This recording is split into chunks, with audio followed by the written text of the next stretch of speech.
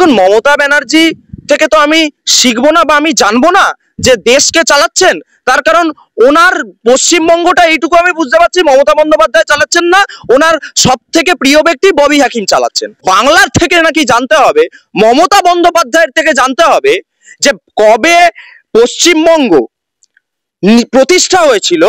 সেখান থেকে তো এক প্রকার পরিষ্কার হয়ে গেল যে মমতা বন্দ্যোপাধ্যায়ের রুচিতে পশ্চিমবঙ্গের মানুষকে হিন্দু ধর্ম গন্ধা ধর্ম হিসেবে মেনে নিতে হবে।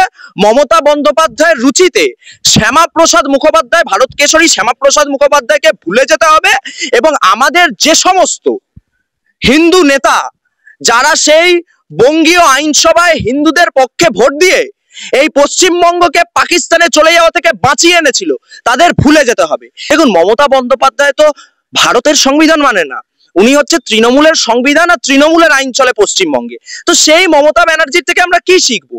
সেই মমতা বন্দ্যোপাধ্যায়ের থেকে ভারতবর্ষের বাচ্চা থেকে 8 থেকে 80 তারা একটাই জিনিস শিখবে, কিভাবে ভোট রাজনীতির জন্য দরকার পড়লে হিন্দু ধর্ম ছেড়ে দিয়ে মুসলমান ধর্মকে গ্রহণ করে ভোটের যে 28% ভোটের যে বৈতরণী, যেভাবে 28% ভোটকে কাজে লাগিয়ে মমতা বন্দ্যোপাধ্যায় সরকারে আসে, সেই 28%-এর হয়ে নিয়োজিত প্রাণ হতে হবে। কারণ মমতা ব্যানার্জি হিন্দু বিরোধী একজন নেত্রী, তিনি কোনোদিন হিন্দুদের জন্য ভাবেননি।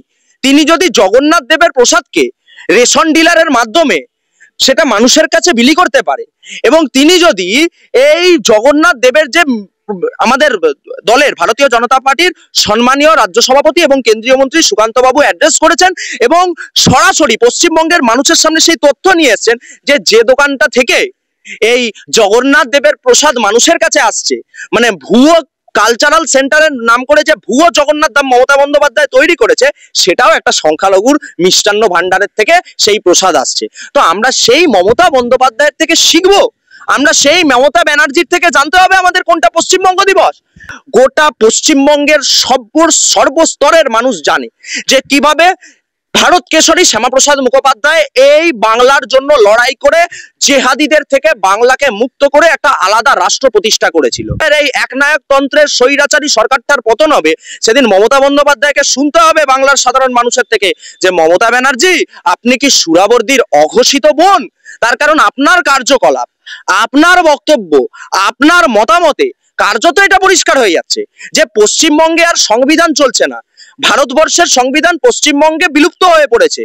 যার কারণে আমরা দেখতে পাচ্ছি মালদা থেকে মোথাবাড়ি, মোথাবাড়ি থেকে শামশেরগঞ্জ, শামশেরগঞ্জ থেকে সুতি, সুতি থেকে ধুলিয়ান, ধুলিয়ান থেকে মহেশতলা, গোটাটাই একদম একনায়কতন্ত্র এবং উগ্র জেহাদিদের উল্লাস ভূমিতে পরিণত হয়েছে। ঠিক যেমন মনোরঞ্জন ব্যাপারী বলেছিল, তৃণমূল কংগ্রেসের বিধায়ক, যে পশ্চিমবঙ্গের মাটি ধর্ষণের উল্লাস ভূমিতে পরিণত হয়েছে, তেমন এই নিদর্শনও পশ্চিমবঙ্গের মানুষ দেখে নিল যে মমতা বন্দ্যোপাধ্যায় সরকারে থাকতে থাকতেই এই পশ্চিমবঙ্গটা কার্যত সাইলেন্ট ডেমোগ্রাফিক ইনভেশনের মাধ্যমে মমতা বন্দ্যোপাধ্যায়ের অনুপ্রেরণায় এটা জেহাদিদের উল্লাস ভূমিতে পরিণত হয়েছে।